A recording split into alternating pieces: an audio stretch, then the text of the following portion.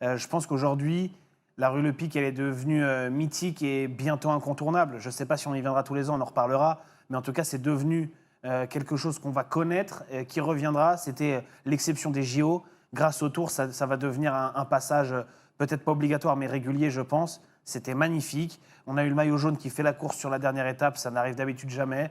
On a eu un Wout van Aert des plus belles heures qui vient claquer cette étape.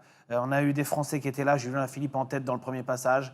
Franchement, c'était génial. Ça faisait longtemps que je ne m'étais pas régalé autant sur une étape. Je pense que c'est la seule fois de ce tour où je me suis autant régalé et où je me dis ça vaut 10 sur 10. Voilà, il y avait évidemment cette particularité. On voit très rarement ça à Paris. Tu fais la même étape ailleurs en France, ça n'a pas la même saveur, mais c'est la 21e étape. Après, on arrive sur les champs.